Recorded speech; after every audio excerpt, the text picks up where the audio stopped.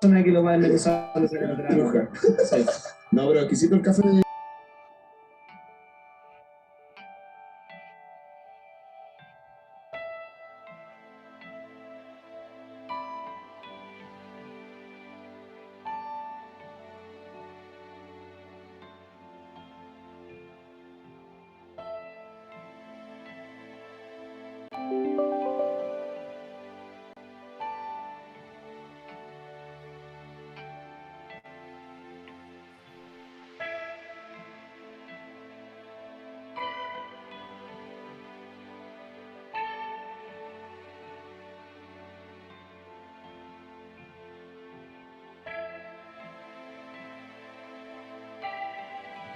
Pucha, no me gusta eso cuando...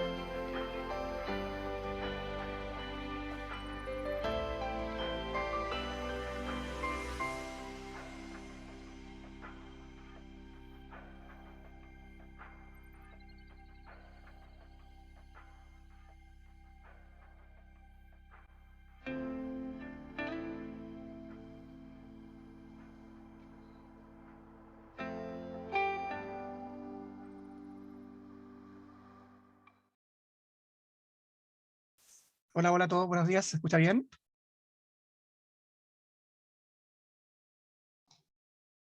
¿Me escuchan? Sí, yo escucho bien. Sí, Muchas perfecto. Sí, se gracias. escucha. Perfecto, gracias. Bueno, ¿ves la pantalla, cierto? ¿Está compartiendo todo? Sí, Jesús. Muchas gracias. Ya, pues. Sean todos muy bienvenidos a este otro webinar de un ciclo que estamos manejando durante todo el año. Lo importante es que va a ser grabado ya, y les comento que las preguntas las pueden ir dejando en el chat, las vamos a revisar al final, y también vamos a dejar los micrófonos abiertos para quien quiera hacer alguna consulta. ¿Ok? Así que empecemos. Bueno. Ok. Sean todos muy bienvenidos. Este webinar lo quisimos hacer de una manera bastante diferente. Más que hablar de productos, queremos explicar algo que nos interesa mucho a nosotros, que ustedes, nuestros clientes, conozcan, que es el contexto del por qué nosotros estamos hablando y las tecnologías se están pronunciando tanto en redes sociales, en información, en webinars, sobre el tema de trabajar en la nube, ¿ya? Queremos un poco explicarles cuál es el contexto para que puedan así entender que no es algo que se está manejando por un interés, digamos, netamente comercial, sino que claramente es para donde nos está llevando las maneras de trabajar hoy en día, ¿ok? Dentro de los temas que vamos a manejar como presentadores, primero va a ser un contexto, una breve introducción a la tecnología del software, ¿cierto? Un poco de cómo ha avanzado todo este tema desde los años 50 en adelante. Después con Felipe Espinosa, ya vamos a hablar sobre las obligatoriedades BIM, sus normativas, ¿cierto? Después con Iván Ackerman vamos a hablar de datos clave y de los roles y el uso de la nube. Para finalizar, con Mauricio Irastroza, cómo solventar la implementación, que es algo bastante interesante porque en nuestras conversaciones diarias con los clientes nos hemos dado cuenta que no es solo mostrar los alcances de la tecnología, sino saber cómo pararse frente a ella en el día a día, cómo entender que esta tecnología beneficia mi desarrollo profesional, el desarrollo de la empresa, y entrega impactos directos en lo que significa el desarrollo del mercado. Me puedo entregar proyectos más rápido, con mayor eficacia, sin retrasos, etc. Bueno, ahora vamos a hablar un poquito de la evolución del software. Esto históricamente se divide en 5 etapas, hasta ahora 5 etapas, ¿ok? De las cuales por años específicos se ha determinado ciertos cambios e impactos importantes, ¿ok? En la primera etapa, del año 50 al 65, de 1900, se calcula que van los primeros como alcance sobre el tema del software. Empieza a desarrollarse un software de uso personal, o sea, quien estaba interesado en trabajar con ciertas automatizaciones generaba sus propios software. Su distribución era limitada porque claramente era como era para uso personal, muy poca comercialización se da al respecto. El software era utilizado por una persona o máximo 2 y por organizaciones que lo preferían, y estaba muy enfocado como en el cálculo. Era simplemente para resolver cálculos matemáticos, muy básicos. Y un hito importante para eso, que nosotros lo identificamos con las tarjetas perforadas. Ese es como el hito de esta primera etapa. Cuando reconocemos esos videos muy antiguos, ¿cierto? O fotografías donde muestran software que son cajas completas de tarjetas perforadas, que una combinación de ellas generaba un cálculo, estamos hablando de la primera etapa de lo que es la evolución o historia del software. Los siguientes 10 años ya ocurre un avance más interesante. El software se empieza a desarrollar para su comercialización. ¿Qué significa? Había más de un interesado, las personas que lo desarrollaban por uso propio empezaban a compartirlo, obviamente a través de su comercialización. Empezaron a aparecer sistemas multiusuarios, que más de una persona podía conectarse o podía trabajar sobre el mismo software. ¿Ok? Este foco del cálculo matemático en la primera etapa ahora cambia a la base de datos, de que se podía consultar por datos como uno lo hace ahora con el Excel o ciertos buscadores. Eso sí, el problema estaba que evolucionando un poco el tema de las tarjetas perforadas, el hecho de que el software ya se desarrollaba junto con la máquina, por lo tanto, se vendía esto junto con el equipamiento y su mantenimiento era muy costoso porque el técnico es el que tenía que viajar a solucionar cualquier problema de programación, ¿ya?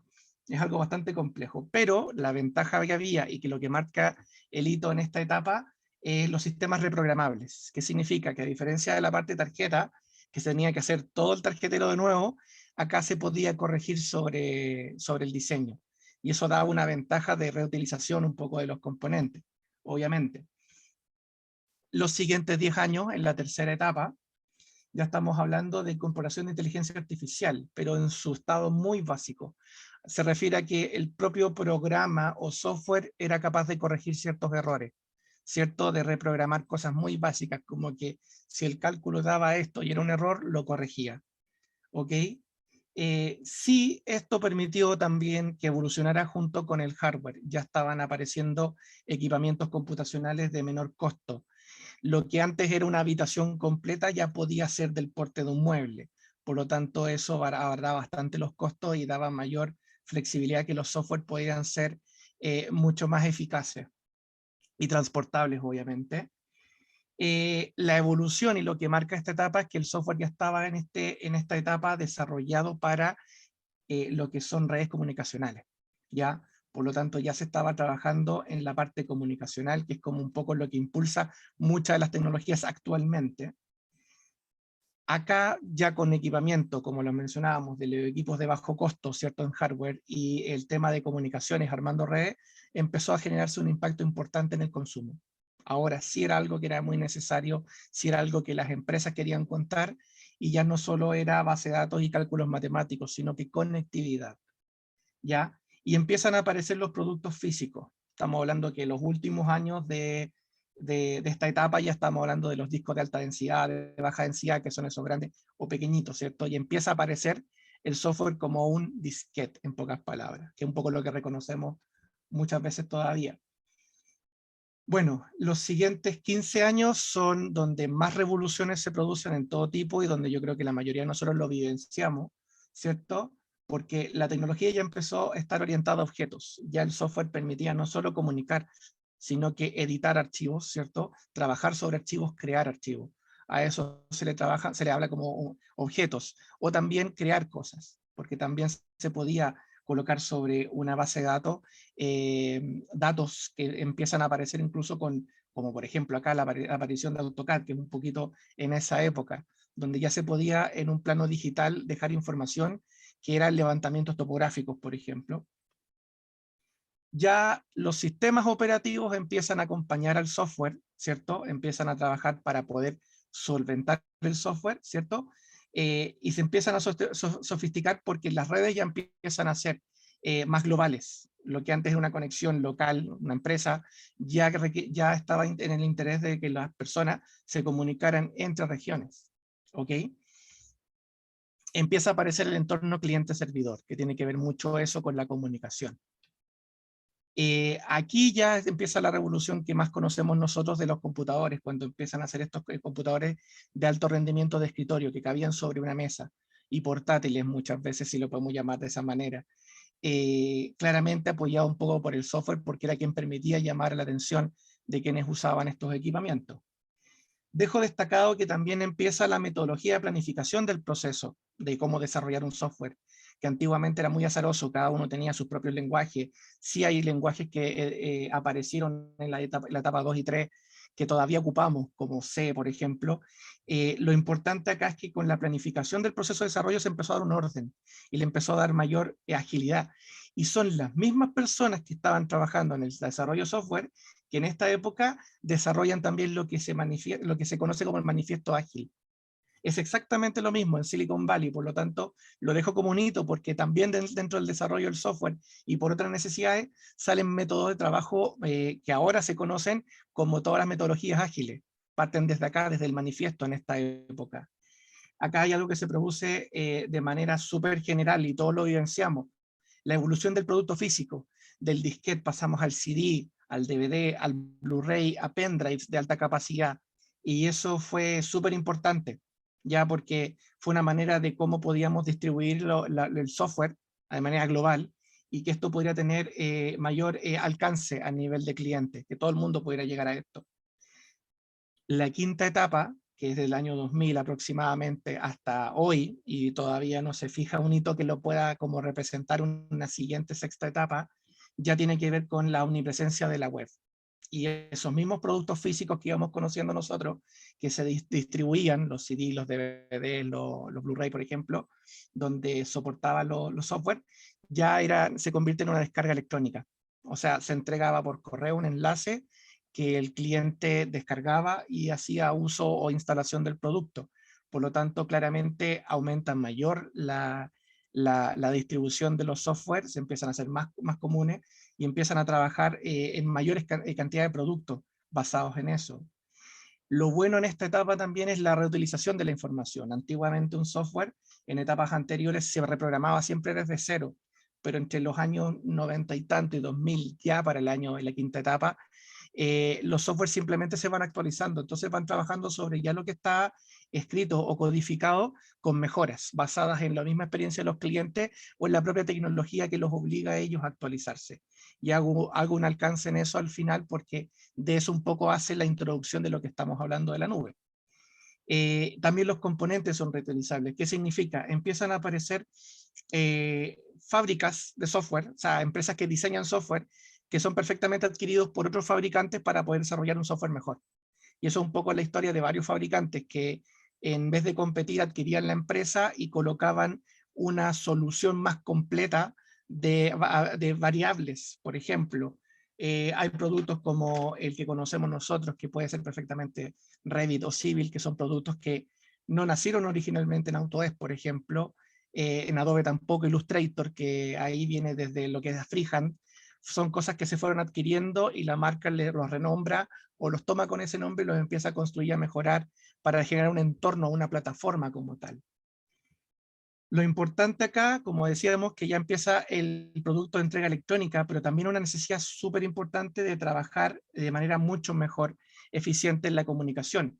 Y desde ya que el producto se podía entregar de manera electrónica, empiezan a aparecer preguntas del por qué no comunicarnos de manera digital, por qué no compartir información. Y empiezan a aparecer muchos de los que nosotros conocemos como ahora repositorios, Google Drive, Dropbox y cosas que son de ese entorno para poder compartir información.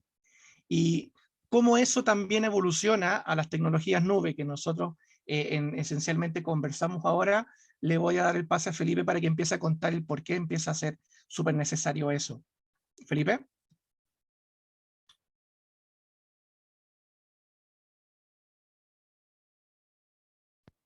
¿Aló? ¿Sí, Felipe? ¿Escuchas bien? Ya. Sí, te escucho. Voy Vamos a a... compartir. Sí, ahora voy a empezar a compartir. Ahí te la cedo. ¿Se ve? Sí, perfecto. Ya, perfecto. ¿Se escucha bien, no es cierto? Absolutamente. Ya.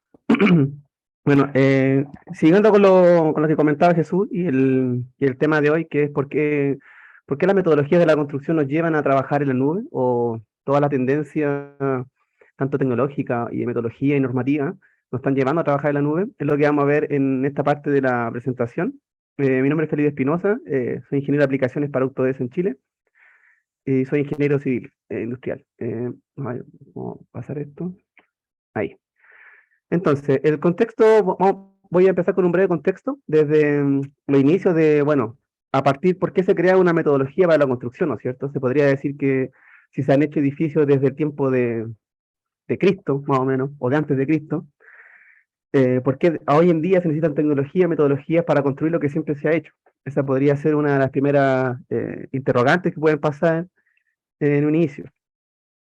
Bueno, acá, uno de lo que ha pasado, ¿no es cierto?, en el año 2015 en Chile, es que ya se originó un mandato de la expresidenta Michelle Bachelet de que iba a empezar a integrar tecnologías y también una metodología conocida como BIM, el Building Information Modeling. ¿Ya? Entonces, sabemos que desde este entonces ya se empieza a conversar sobre esta metodología y sobre tecnologías para utilizarse en la construcción.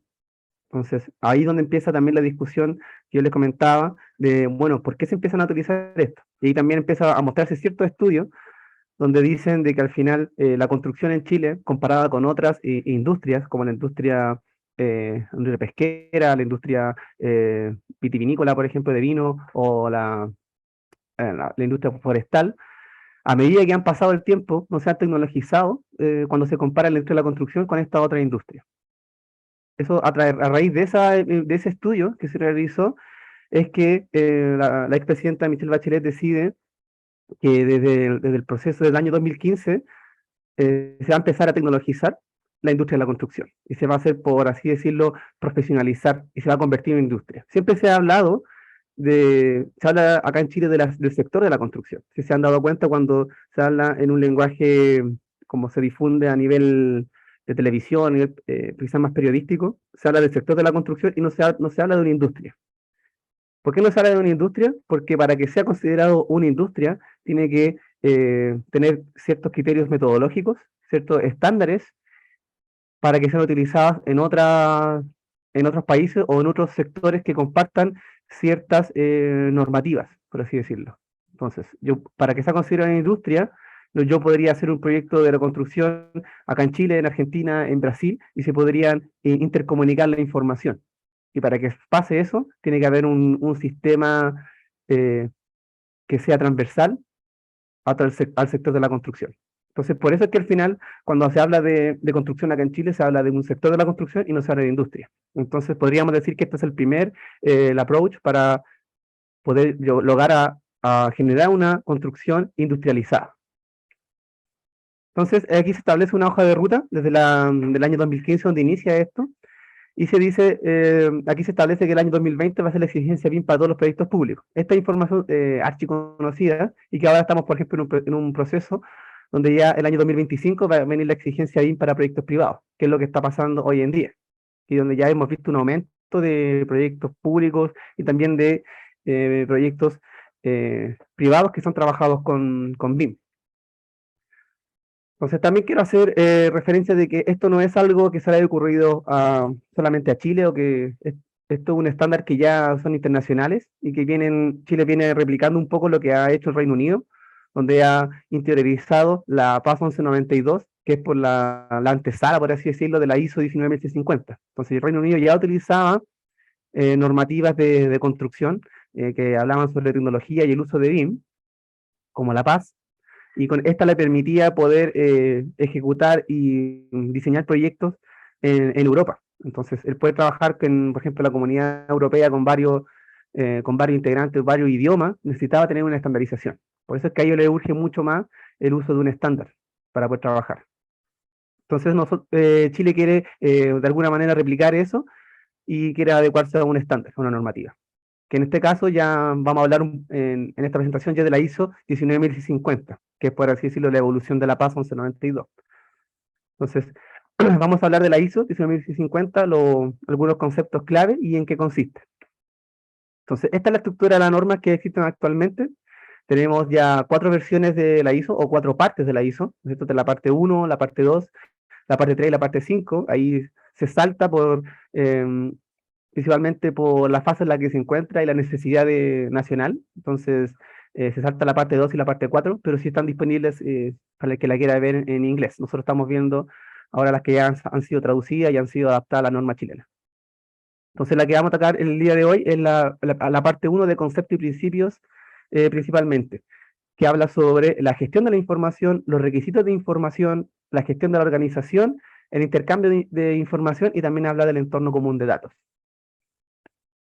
Entonces, para poder empezar a hablar de la ISO, me gustaría tocar algunos términos importantes, por ejemplo, algunos conceptos que nos van a servir para más adelante y que se repiten mucho, y que hoy en día nosotros deberíamos poder integrarlo a nuestro lenguaje, cuando hablemos con constructoras o en el sector de la construcción. Por ejemplo, que la terminología habla de la parte contratante, que vendría siendo el receptor de la información relacionada con obras, bienes o servicios por parte del contratado principal. Vendría siendo para nosotros el dueño o un mandante. El contratado principal, el proveedor de información relacionada con obras y servicios. Aquí se vendría siendo como la empresa contratista o el contratista principal. Y el contratado vendría siendo ya los subcontratos. ¿Ya? También se habla en la ISO de un contenedor de información, que estos pueden ser estructurados o no estructurados. Los estructurados vendrían siendo modelos geométricos como archivos RBT, IFC, base de datos y programaciones.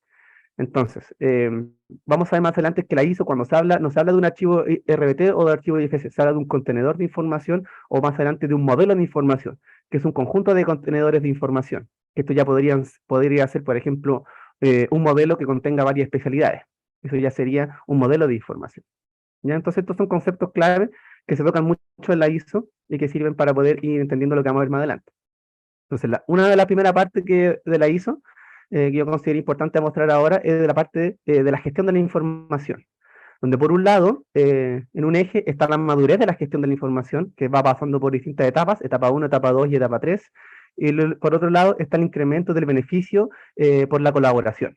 Entonces, vemos que en la etapa 1, por ejemplo, están las normas nacionales, y en la etapa 2, por ejemplo, ya está la ISO. Está entonces BIM, nosotros, el uso de BIM, tanto como utilizando como un estándar o trabajando con este tipo de modelos de información o contenedores de información, estaría en la etapa 2, donde vemos que ya va avanzando el incremento del beneficio, y donde la primera etapa viene siendo las directrices que viene mencionando la ISO, tanto la ISO 19650, la parte 1 y la parte 2.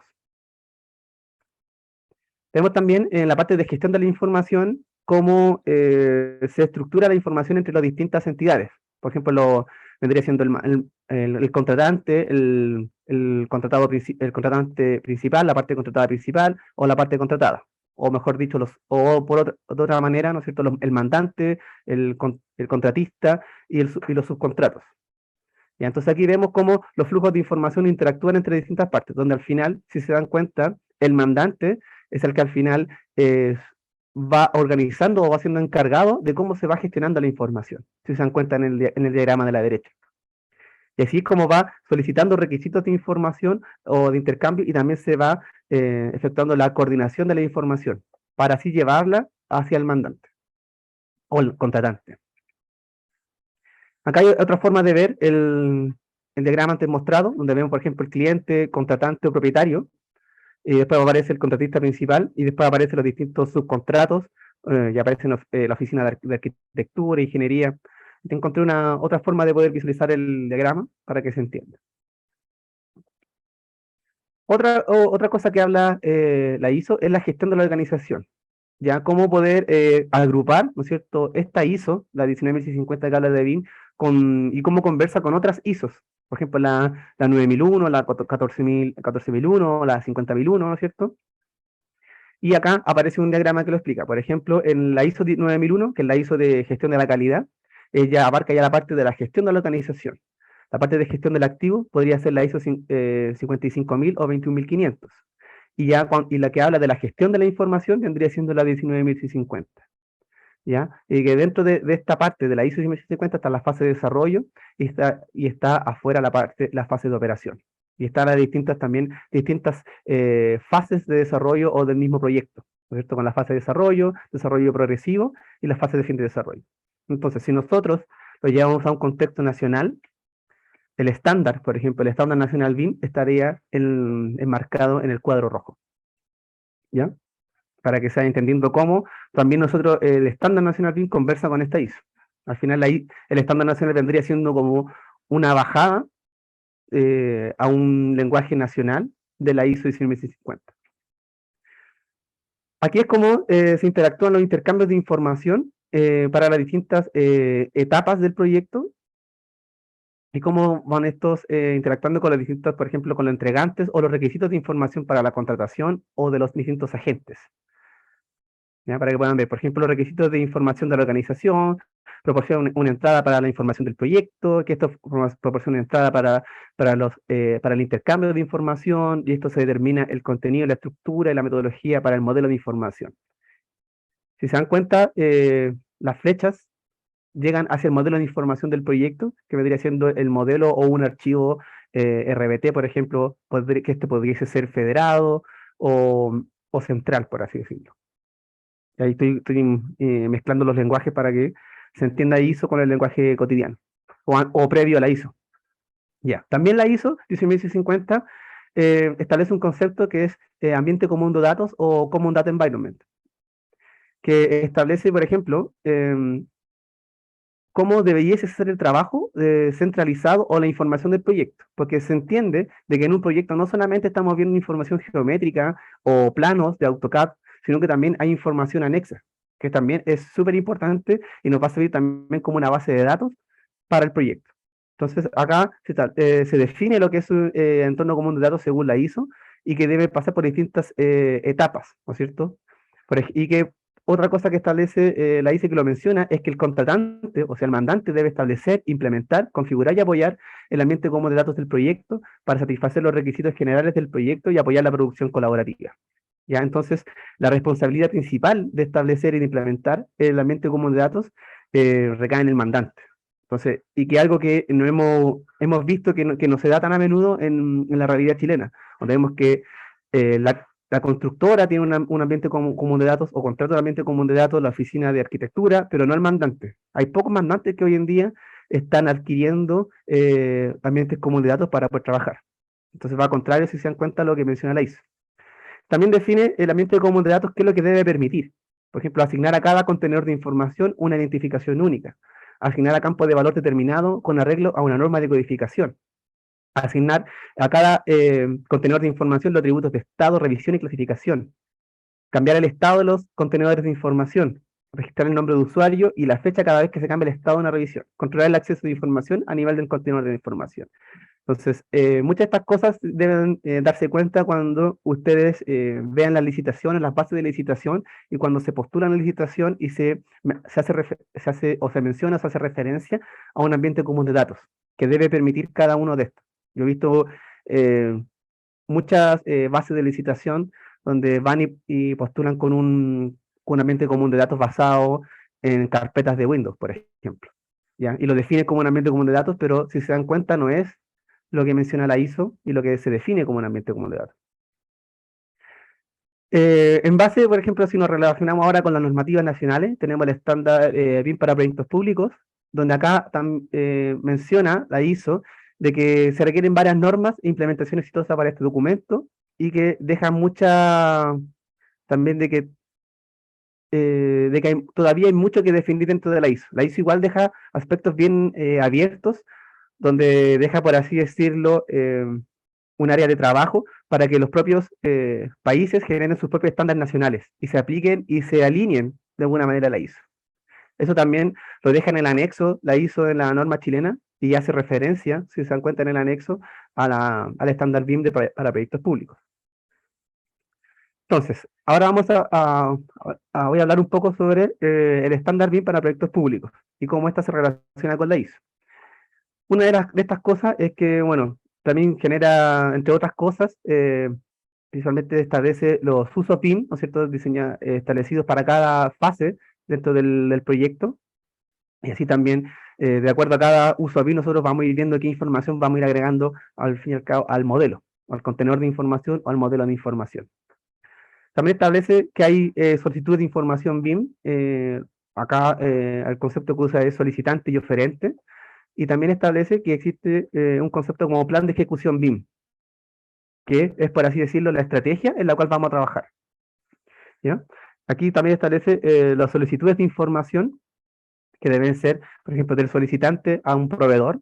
Entonces aquí estaríamos hablando de un lenguaje en ISO, de un contratante a un contratista principal, por ejemplo, o contratado principal. Y ahí el plan de ejecución BIM habla sobre la estrategia. Cómo nosotros vamos a conversar o vamos a decidir cuál va a ser la metodología para trabajar en este proyecto que va a ser trabajado en BIM. Entonces acá donde empieza la principal discusión, que es si este es un proyecto que hemos trabajado antes y que nosotros hemos hecho proyectos proyectos de edificación o de gran envergadura desde tiempos de antes de Cristo, ¿por qué ahora lo vamos a trabajar en BIM? Y aquí es donde empieza la discusión y la estrategia de por qué debiese hacerse en BIM y hasta dónde vamos a definir el nivel de BIM que vamos a utilizar en este proyecto. Porque no tiene por qué tampoco abarcar toda la fase de desarrollo de BIM, sino que pueden ser acotadas, y al final la idea de esto es definir para qué vamos a utilizar el BIM. ¿No?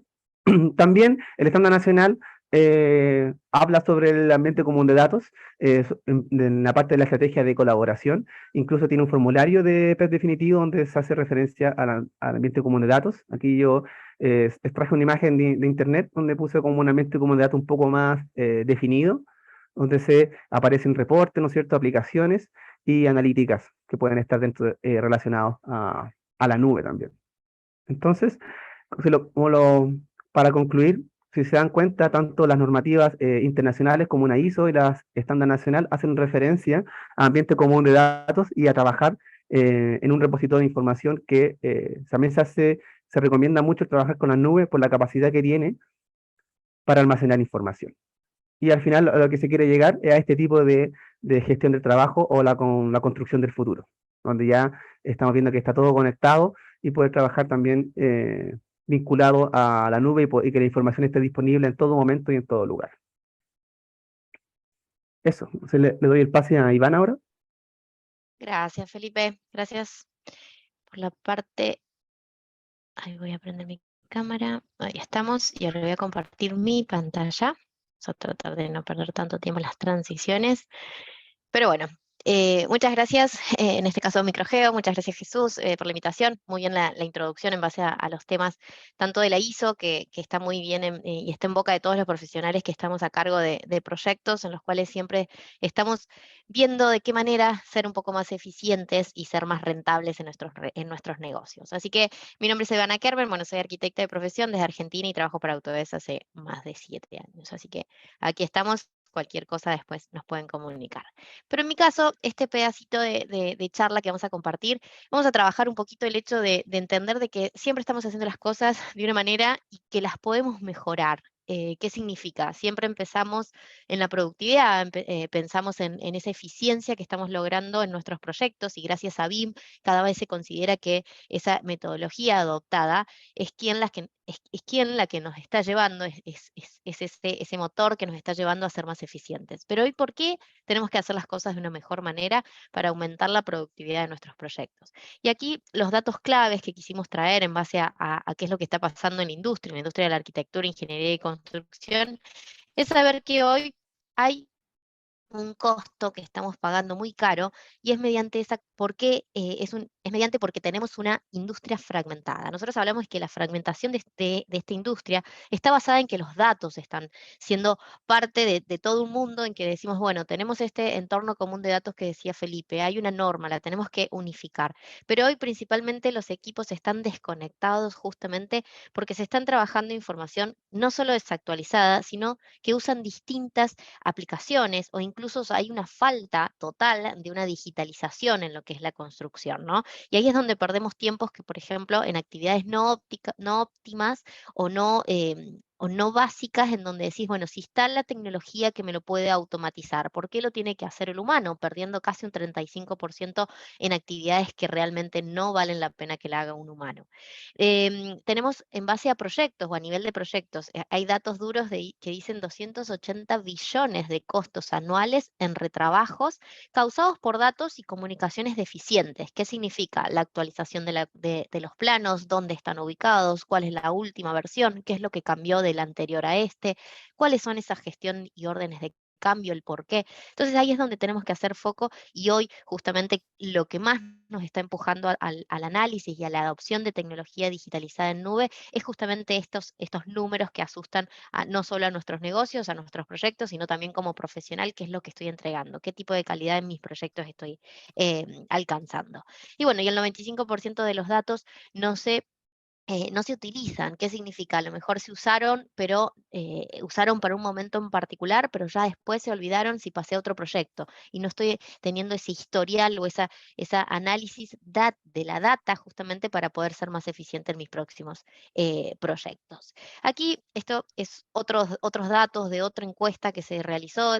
La fuente es básicamente un artículo de gestión y productividad en obra de la Cámara Argentina de la Construcción, en donde se preguntaba cuáles son las principales causas de pérdidas en obra. Y aquí hablan de errores que pueden ser humanos, pero que quizás ahí es donde nosotros hablamos de que la tecnología y el empuje que se está haciendo hacia la nube están mitigando estos errores. La falta de coordinación con proveedores y contratistas. Creo que aquí también hay una gran base en cuanto a la información descentralizada y ahí es donde estamos hablando del entorno común de datos. Resalté estos principales como para dar como inicio y hacer ese clic en donde nosotros podemos mejorar y ser más productivos.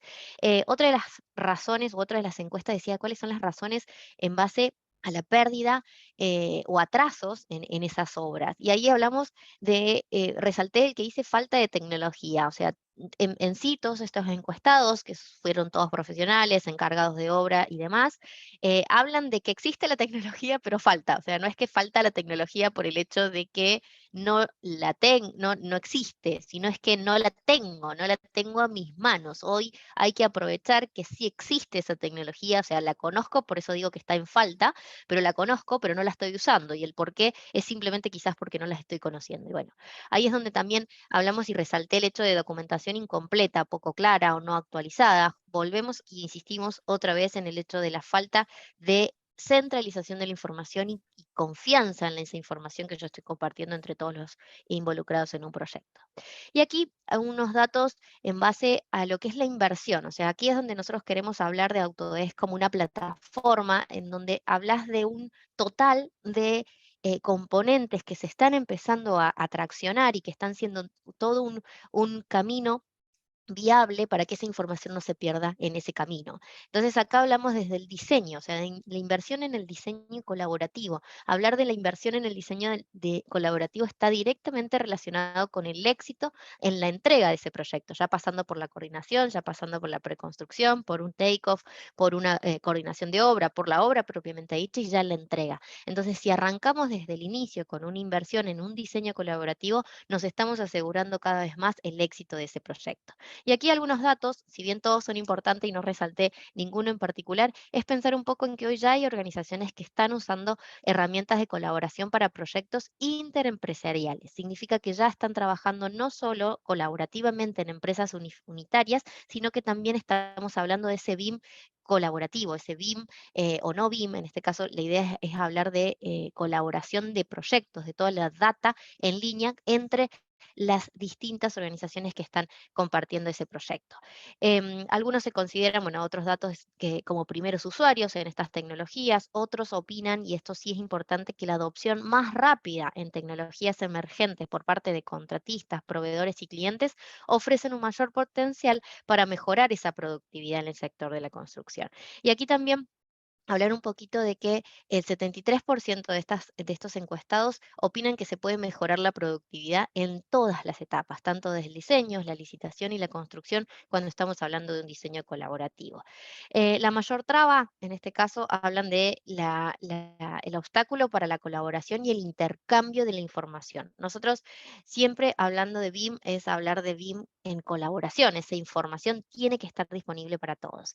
Y el 14% en este caso opinan que las tecnologías y las herramientas obsoletas son el mayor desafío para aumentar la productividad. Y acá es donde realmente necesitamos tener ese cambio. A ver, yo visualizo un plano, ya sea en 2D o en papel, y es lo mismo. ¿Qué significa? Ese plano que quedó estático no me sirve, ya una vez que fue impreso ya quedó obsoleto. ¿Qué significa? Que ya puede haber una versión nueva, puede haber un cambio en el momento en que encontraron algún desafío o algún cambio en obra, ya quedó obsoleto ese plano. Entonces, hoy hay herramientas, no solo tecnológicas, sino también el hecho de que el papel sigue existiendo, que es los que aumentan hoy o que son los detractores de esa productividad en los proyectos. Y aquí un poco en base a ese contexto de datos duros, bueno, es pensar un poquito en esos roles y el uso de la nube. O sea, cómo hoy puedo sacar el provecho, el mayor provecho, el máximo provecho de esa nube según el rol. Y roles, cuando hablamos de BIM, hay muchísimos. O sea, la verdad que Chile tiene muy buena descripción de cada uno de los roles que se propusieron en el plan, pero pensar en una estructura a nivel plan BIM es extrapolarlo o es pensar en que yo la puedo replicar internamente en mi gestión, en mi empresa como tal. Y aquí es donde empezamos a entender estos organigramas de los BIM, del BIM Manager, quiénes son los colaboradores, si tengo una oficina BIM, si cada uno de mis equipos voy a tener BIM, un analista BIM o un operador BIM, etcétera, etcétera. Pero acá es pensar más allá de los roles que pueden llegar a tener hasta distintos nombres en los distintos países que están involucrándose cada vez más en BIM, es pensar en cuál es el objetivo de mi rol, cuál es la responsabilidad de mi rol y en dónde le puedo sacar el mayor provecho a esa nube. Esa nube que hoy hablamos de que a nivel de Autodesk, y ya voy a nombrar un poquito de los beneficios como tal, pero pensar en esa colaboración es el hecho de tener y entregar confianza más allá de la colaboración. Y pensar que esos beneficios de tener un equipo de proyecto conectado mediante hoy la nube es cuantificable. O sea, si yo hoy estoy pensando en invertir en nube, yo puedo sacar rápidamente cuál es mi retorno de inversión en cuanto a esa nube, porque hoy se puede cuantificar cuáles son esos beneficios. Y aquí algunos beneficios en base a esos esos distintos roles que hablábamos. A ver, un contratista general, hoy reducir los costos e incrementar la transparencia es su principal objetivo. Bueno, gracias a la nube eso se puede. Los subcontratistas, entregas en tiempo, cumpliendo con el presupuesto estimado. Básicamente es entender de que soy parte de un todo, de un entregable general, de un proyecto, que yo voy compartiendo mi información para que esas entregas estén a tiempo. No tengo que esperar a un determinado subcontratista o a un determinado disciplina, si se quiere, para yo empezar. No es una línea continua, sino es una línea colaborativa. Es el centro, el proyecto queda en el centro, y ahí bien lo estaba hablando Felipe con respecto a esto del Common Data Environment, o el centro de datos de la ISO 19650. Los diseñadores, hablábamos de empezar desde el inicio, colaborar ese diseño. Teniendo esa colaboración, yo me aseguro de tener mis diseños coordinados, en los cuales yo puedo, obviamente no solo coordinados, sino que sean construibles. Y ahí voy a hablar un poquito después de algunos datos que también son muy duros y muy reales a la hora de entregar ya desde el inicio diseños coordinados. Y los dueños, por supuesto, los mandantes, aquellos que realmente están pensando en tener una visibilidad completa de su cartera de proyectos, en donde ellos pueden, y eso lo va a mostrar un poco mi compañero Mauricio, entender ese totalidad. No me enfoco, esos dueños no se enfocan en un proyecto, sino en todos sus proyectos, para poder tener ese manejo completo de toda la unidad de negocio y toda esa rentabilidad en sí de su empresa. Y aquí, por supuesto, Autodesk, ahí es donde empieza a entender esta necesidad de tener una solución unificada para mantener a ese equipo desde el diseño hasta el final, con una sola línea de interacción de ese interacción e intercambio de información, para poder cumplir con no solo esa ISO 19650, sino para nuestros objetivos, tanto de negocio como de efectividad y productividad y calidad de nuestros proyectos. Y acá simplemente no vamos a mostrar el hecho del cómo la Autodesk Construction Cloud está trabajando y siendo parte, sino entender los beneficios según el rol de cada uno. Yo necesito entregar o necesito saber cuáles fueron los cambios. Mi rol me lo exige, me pide entender cuál es ese controlable de versionables, de versiones, en base a los planos. A lo mejor fue un cambio mínimo. Bueno, la nube hoy me permite entender que ese milimétrico cambio yo lo puedo detectar entre una versión y la otra. Entonces ahí es donde no me estoy comiendo, si se quiere, o no estoy salteándome de cambios o errores futuros que por supuesto van a salir mucho más caros a la hora de llegar a la obra.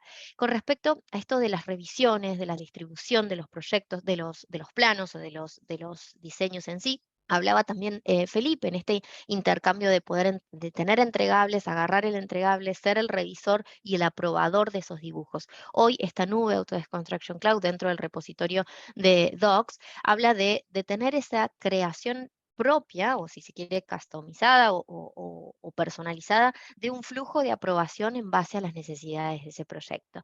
Y ahí es donde también está siendo parte. El otro rol de coordinación BIM. Recuerden que siempre hablamos de la integración, y como bien decía Felipe, esa sumatoria de modelos que hacen un modelo único, un modelo federado, en su momento también se hablaba, es pensar en esto, en poder tener en una sola plataforma, inclusive desde el celular, poder ver estos choques de interferencias, estos análisis o futuros problemas que yo lo estoy viendo en BIM, y aquí es donde en BIM es mucho más barato descubrir este error que en el sitio. Entonces allí es donde también estoy desde mi rol pudiendo darle ese sentido a poder analizar cuáles son los futuros problemas que me puedo encontrar en obra. Las reuniones de coordinación, estos coordinadores, estos roles en donde tengo que empezar a entender todas las partes que componen mi proyecto. Bien, también puedo tenerlos en esta nube de gran aporte, no solo para hacer las minutas de reunión, sino para las coordinaciones. Incluso ya están siendo parte de este mundo tan remoto que estamos hablando de pospandemia, que muchos aún siguen en sus casas y no están en esas obras, o no están por ahí en las oficinas técnicas. Bueno, hoy hasta están vinculados con plataformas de nube, como es en este caso el Zoom, que estamos usando también aquí. Pero bueno, es pensar en eso, en tener toda la información unificada en un solo lugar, desde las coordinaciones, en este caso, por ejemplo, el rol de las coordinaciones de reunión que recién veíamos, o el rol de analizar los costos, analizar presupuestos, analizar los take-offs o los cómputos métricos de cada uno de estos elementos que componen mi proyecto. Y aquí pueden ser take-off en 2D o 3D, y esto también está en la nube. Entonces ahí es donde no me permito tener información fuera o paralela, que es una de las mayores causas en cuanto a la ineficiencia de un proyecto. Y hablar de lo más expedito, lo más importante para lo que es esto de analizar qué pasa con mi proyecto. Y todos los informes, que si bien yo los puedo imprimir y seguir teniéndolos en una carpeta impresa, es pensar que si ya están en la nube, ya quedan ahí como un registro, un backup y un seguimiento y un historial de lo que pasó con ese proyecto, ya sea para ver las issues, en el caso de los reportes de incidencias, para ver quién lo creó, que hay un conflicto de coordinación a lo mejor entre dos disciplinas, a quién ha sido asignado, cuándo tenían que haber una entregable de una respuesta. Bueno, aquí es donde cada uno de nosotros empezamos a ver qué es que según el rol, la nube está para que satisfaga obviamente la relación entre ese proyecto, mi rol y mis responsabilidades. Y allí es donde nosotros vemos la mayor calidad o la mayor retribución, si se quiere, en base a ese proyecto, en base a lo que yo necesito. Aquí otro de los, a ver si esto creo que quedó en pausa. Ahí está, simplemente para que corra una simple visión, es entender acá que los contrastistas hoy, básicamente a otro nivel de rol, pueden aprovechar ese acceso al modelo para ejecutar detecciones de conflictos, como recién veíamos, en todas las etapas, ¿no? Desde la etapa de diseño hasta lo que va posterior, como preconstrucción y coordinación del proyecto, hasta, por supuesto, la construcción. Pero ahí es donde nosotros decíamos los números, que hoy reducir esos errores en proyectos cuesta hasta 13 veces más en la etapa de diseño que en la construcción. Entonces, 13 veces más sale en la construcción. Y resolver el conflicto, como bien decíamos acá, los están midiendo, y estos son datos que bien están las fuentes por ahí sí, dando vuelta, están aproximadas que si yo lo puedo resolver a tiempo, me están comparando unas horas de coordinación, si se quiere, porque es todo digital, de $90, por ejemplo, en comparación con $1.100 que me puede llegar a salir ese conflicto en obra. Aquí, por supuesto, es todo procesos y son todos promedios, pero la idea es entender ese impacto que estamos teniendo en nuestros proyectos, considerando que hoy la nube no vale ni un tercio de lo que estamos hablando allí. Los retrasos y sobrecostos de los proyectos obviamente pueden llegar a ser esto de cambios en el diseño, cambios en esto de encontrar interferencias, hacer revisiones, bueno, coordinaciones, etcétera. Pueden ser también errores humanos, pero principalmente lo que hablábamos al principio es la falta de comunicación y la administración deficiente de ese proyecto.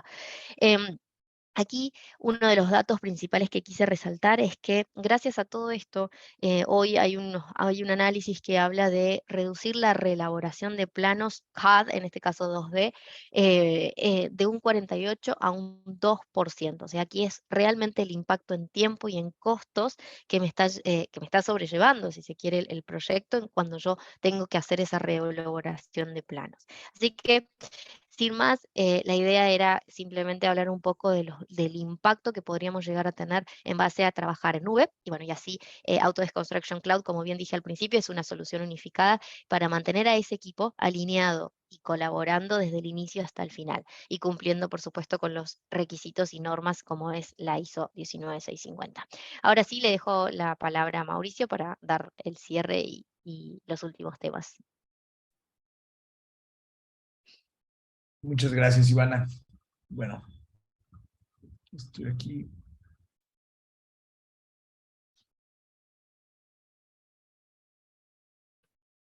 Proyectando. Listo. Bien. Buenos días a todos. Yo soy Mauricio Lastorza, también dentro de Autodesk. Hace aproximadamente unos 6 años ya con la organización. Sin embargo, el año pasado hago esta transición a lo que es, digamos, un rol enfocado 100% en los productos de construcción o estos productos de colaboración. Entonces, justo el día de hoy vamos a hablar de cómo poder habilitar esta implementación mediante, digamos, el involucramiento de todos mis proyectos, de todos mis contratistas, de mis clientes, Y vamos a definir un poco esos pasos que nos comentaba Ivana para lo que es la gestión de obra, cómo vamos a poner todo esto en marcha. Entonces, bien, con Autodesk Construction Cloud están estos tres pilares que se mencionan en el tema de digitalizar, integrar y optimizar. ¿A qué me refiero con estos tres pilares? Es que vamos a poder digitalizar todo el tema de la gestión documental mediante la ISO 19650 que nos comentaba Felipe. Vamos a poder generar este ambiente o entorno colaborativo para todos los involucrados dentro del proyecto mediante flujos automatizados de trabajo, como puede ser una solicitud de información de obra hacia oficina, temas de gerencia de proyecto, como puede ser el seguimiento a las listas de verificación. Finalmente, toda esta captura de información se está logrando de forma digital a través de dispositivos móviles, de algún explorador de internet, con la finalidad de integrar esta misma información, poder tener toda la información de campo, esa gestión de cambios, en lugar de tener todos los formatos impresos, poder llevarlos a un dispositivo móvil, siendo, digamos, no tan disruptivo dentro de los procesos. Lo que se está haciendo es digitalizar los procesos actuales para poder integrar esta información y finalmente, a través de la información, poder optimizar, tener la trazabilidad, la documentación de qué fue lo que pasó con el proyecto, para lograr una analítica de datos que me permita a mí tomar decisiones informadas en base a lo que realmente ocurrió desde el diseño, la preconstrucción y la construcción. Entonces, como Felipe mencionaba, Autodesk Construction Cloud soporta flujos de trabajo de la ISO 19650. ¿Qué tipos de flujo de trabajo? Desde la estructura, por ejemplo, de carpetas, en donde podemos tener el trabajo en progreso, el compartido. Una vez que este trabajo en progreso y el compartido esté, digamos, terminada la etapa del diseño esquemático o el proyecto ejecutivo, podemos copiar esos archivos a la de publicados para lo que es el área de construcción y contar con una carpeta de archivados para todo el archivo que voy a ir manteniendo durante la documentación de mi proyecto. Dentro de este entorno común de datos, vamos a almacenar toda la información que arroja un proyecto de construcción, desde activos gráficos como planos, modelos y activos no gráficos como son la documentación de contratos, fichas técnicas, manuales, especificaciones. Entonces, realmente lo que vamos a obtener con esto es la integración de todos los participantes o de todo el ecosistema, lo que son equipos de diseño, equipos de construcción, subcontratistas, área de presupuestos, licitaciones, ingeniería, incluso acceso a terceros mediante un esquema de roles y permisos. ¿Qué es lo que nos va a dar esto? Vamos a disminuir el tiempo invertido para poder buscar, compartir y coordinar la información. Vamos a mejorar la calidad de información y el producto terminado. Vamos a poder mejorar esa colaboración entre los equipos multidisciplinarios, es decir, romper los hilos de información y generar esta única fuente de verdad para la toma de decisiones y asimismo disminuir los riesgos, digamos, con mayor transparencia. Entonces, bien, enfocado ya a lo que es la ejecución del proyecto, con la plataforma vamos a poder generar, digamos, estos 5 pilares, lo que es la gerencia de obra o temas de project management, todo el tema de gestión de presupuesto, cómo vamos a dar seguimiento a la ejecución de mi presupuesto, de mis costos reales, el presupuesto modificado, inspecciones de seguridad, de calidad, mediante una aplicación móvil que me va a permitir el acceso en cualquier sitio y finalmente generar un reporte, digamos, as built de cómo es que realmente se ejecutó el proyecto. ¿Cómo nos va a servir toda esta plataforma? Hay un estudio muy simple de la Universidad de California, en donde ellos hablan, digamos, el tema de las actividades en obra. ¿Qué fue lo que se hizo en este estudio? Durante 28 meses de construcción, un proyecto de $32 millones, el tipo de contrato era IPD, Ingeniería, Procura y Diseño. Se siguió a 4 superintendentes, 12 residentes durante la remodelación de este hotel. En esos 28 meses, los primeros 2 meses se ejecutaron las actividades de forma tradicional.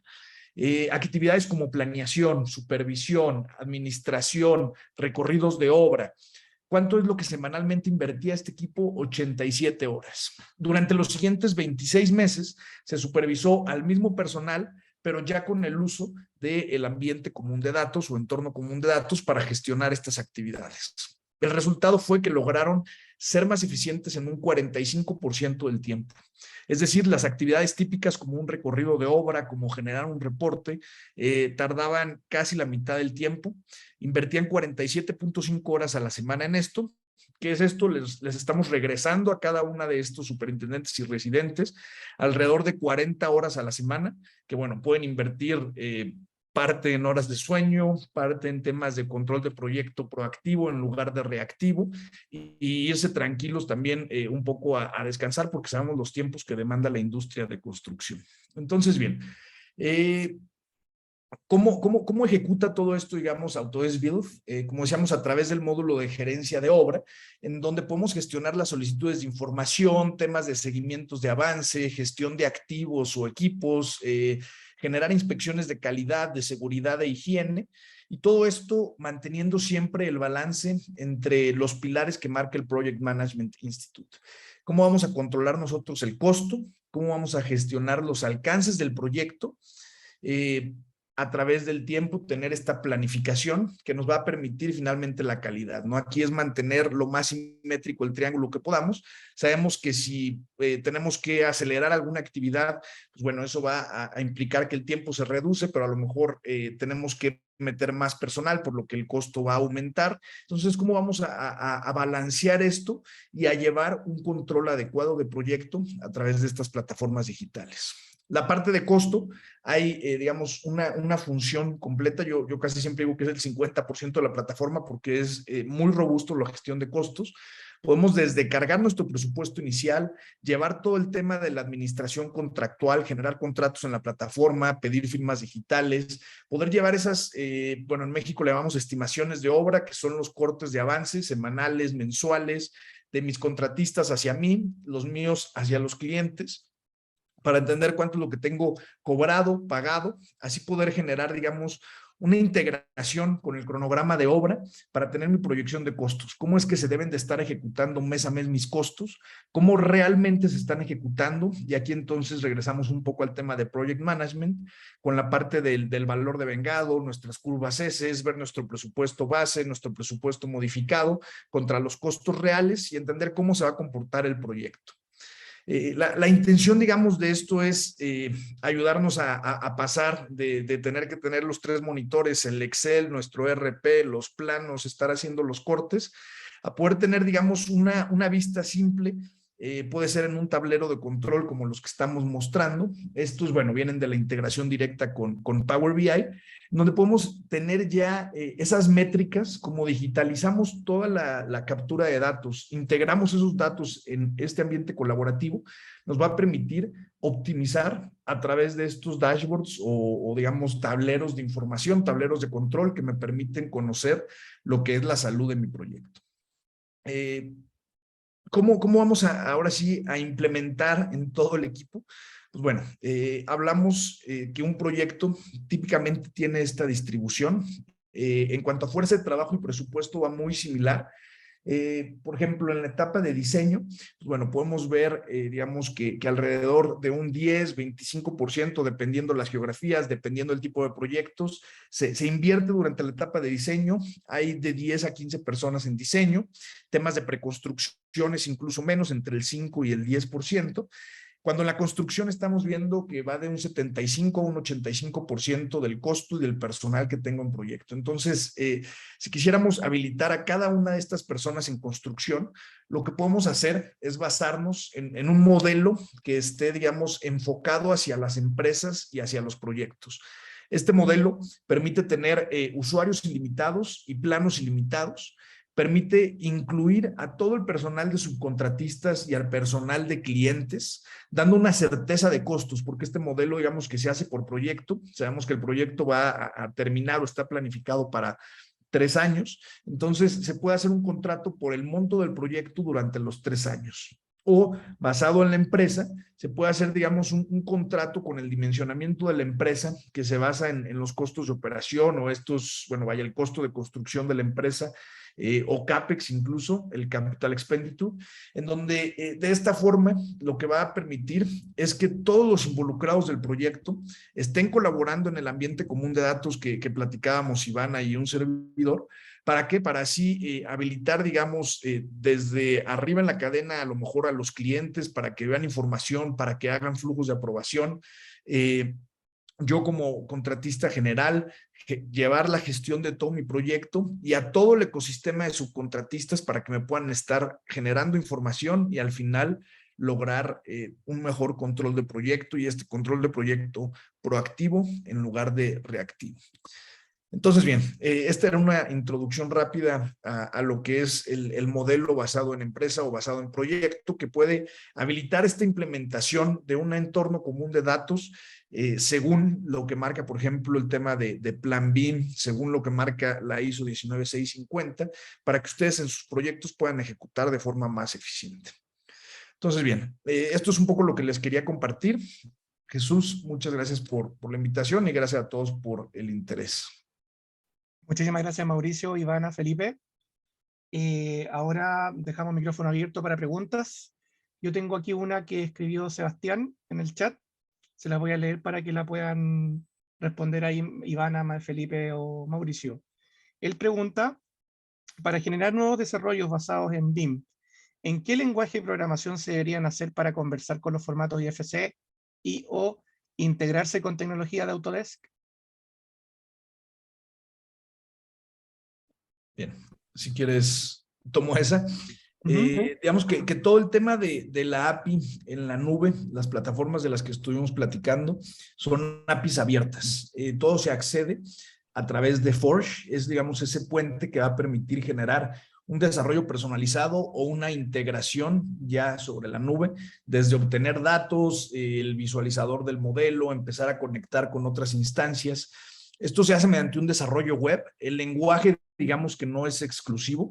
Cualquier tipo de lenguaje para desarrollo web, ya sea Java, Node.js, dentro de Python, se puede usar hasta un Insomnia en GitHub. Distintos módulos de programación y lenguajes de programación que habiliten el desarrollo web les van a permitir acceder y publicar datos desde y hacia la nube. Sí, complementando lo que dice Mauricio, se pueden utilizar varios lenguajes, entre ellos C#, Java. Yo personalmente me gusta Python por su versatilidad. Y también se complementa bastante con el API de Forge. De hecho, si entran a la página de Forge, van a estar los manuales en distintos lenguajes con los que pueden trabajar. Y el de referencia, por ejemplo, el de Revit, como de forma nativa, trabaja con C#. Y Dynamo es con Python. Perfecto. Muchísimas gracias, Felipe y Mauricio. Sebastián, ¿tiene la mano levantada? Sí, yo hice la pregunta como para complementar un poquito. ¿Ustedes tienen alguna vinculación quizás con startups que estén desarrollando cosas en esa área? Esa es la primera pregunta. Y lo otro, ¿cómo están desarrollando, no sé si esto se integra con el proceso de mejora a través de las licitaciones? ¿Están aplicando algo del Lean? ¿Existe algún módulo que esté trabajando en eso específico Autodesk o alguna tecnología? Y la pregunta inicial, que ¿cómo se vinculan con startups? Si existe esa opción. Sí, yo puedo responder eso. Nosotros personalmente, como Sonda, sí estamos vinculados con startups por el lado de Sonda, por el lado de desarrollo, pero por el lado de gestión de la información o gestión de las distintas plataformas, no. Por ese lado no, porque no han habido tantas innovaciones o iniciativas de ese ámbito. Solamente han habido algunas que incluso ha desarrollado la propia marca. A través de Autodesk ha comprado unas plataformas de gestión, y que es como la base para poder hacer desarrollo. Bueno, agregando nada más al comentario, voy a compartir aquí rápido. Si ustedes entran a forge.autodesk.com, se pueden ir a la sección de documentación y aquí viene, digamos, todo ese lenguaje de desarrollo web para obtener, no sé, por ejemplo, de lo que es la gestión de activos. Nos podemos ir directo al módulo de costos si queremos integrar a lo mejor a un ERP. Aquí nos da cómo obtener los presupuestos, cómo publicar presupuestos, cómo administrar esos presupuestos. Entonces, aquí viene literal una guía básica para todas las funciones que soporta lo que es la nube de construcción de Autodesk. Sobre el trabajo con startups, sí tenemos distintos partners también directamente con Autodesk que generan desarrollos propios y luego los pueden subir a nuestra plataforma como una tarjeta de integración. Existe, por ejemplo, el concepto de System Integrators, que es como el primer paso para generar esas tarjetas que ya después van a salir directo en la nube de Autodesk. En Latinoamérica, me parece, por ahí tenemos un integrador en sistemas desde Colombia, que ellos generan este tipo de desarrollos y hacen sus propias aplicaciones. Entonces, aquí mismo en forge.autodesk.com está la información desde System Integrators. Y creo que el segundo tema era preguntas sobre cómo se habilitan metodología Lean, Sebastián. Sí, si es que tienen algún módulo relacionado con el proceso de procurement, para mejorar las licitaciones, para mejorar la vinculación con los proveedores, para hacer directamente licitaciones dentro quizás de la plataforma. ¿Existe esa instancia? O acá en lo que sería como en Chile un mercado público, Chile Compra, o algo parecido a una plataforma tipo e-commerce, tipo Mercado Libre Industrial? ¿Tienen algo en esa línea donde la gente pueda comprar con modelos BIM? No sé. Ok. Bueno, mira, lo voy a dividir en 2 puntos, la parte de las licitaciones y la parte de la metodología Lean. Sobre la metodología Lean, hay digamos, funciones. La plataforma, como Autodesk Construction Cloud, se lanzó en febrero del año pasado y tiene cambios, digamos, de forma bimestral. Ahorita hay un beta para ciertos clientes que han utilizado la plataforma ya en los años, que se llama Plan de Trabajo, en donde habilita toda la metodología Lean para lo que es, digamos, este seguimiento a 6 semanas, el pull plan. Desde la misma plataforma se puede generar la planificación de tareas, a lo mejor a un nivel más detallado. Hacia 6 semanas, tú pones cuándo se finaliza la tarea, cuál es la duración, eso te da las fechas de inicio, lo trabajas todo mediante una estructura de trabajo, la WS, ubicaciones del proyecto, empresas, digamos, subcontratistas, y lo vas gestionando dentro de la plataforma. Eso como para seguimiento en el proyecto. Para la parte de licitaciones, propiamente se puede establecer un flujo de trabajo, de hacer carpetas compartidas para que suban ahí la información. Hay, digamos, como estos flujos de trabajos alternativos que se han hecho dentro de Construction Cloud. Parte del Construction Cloud existe una plataforma, sin embargo, hoy en día no hay una base de datos para Latinoamérica de este pool de subcontratistas. Ahí sería un tema de investigar a lo mejor más, podemos compartir algo de información, pero sí existe todo, digamos, como este e-commerce en donde puedes tener todo el pool de subcontratistas, ellos licitar y estar trabajando a través, digamos, de Building Connected. Perfecto, muchas gracias. ¿Alguna forma como podamos vincularnos? ¿Algún correo o algo? Porque, bueno, tenemos una startup que estamos desarrollando tecnología, estamos en el centro de innovación en un programa que se llama Brain Chile y en otros programas de incubadora y aceleradora. Inclusive estamos viendo la opción de Y Combinator, así que si nos podemos vincular de alguna forma sería genial. Ahí, Gracias. Sebastián, yo te apoyo con eso, tengo tus datos y ahí te voy a dejar en comunicación. Perfecto. Bueno, ¿alguien más tiene alguna otra consulta? Ok. Vamos a compartir la grabación.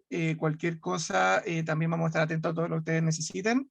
Le damos nuevamente gracias a todos los asistentes, sobre todo a Felipe, a Ivana y a Mauricio. Muchas gracias por compartir el conocimiento y esperamos vernos en otra ocasión. Muchas gracias a todos, que estén muy bien. Gracias a todos, adiós. Gracias. Muchas gracias a todos por su asistencia. Gracias a todos. Estén muy bien. Gracias.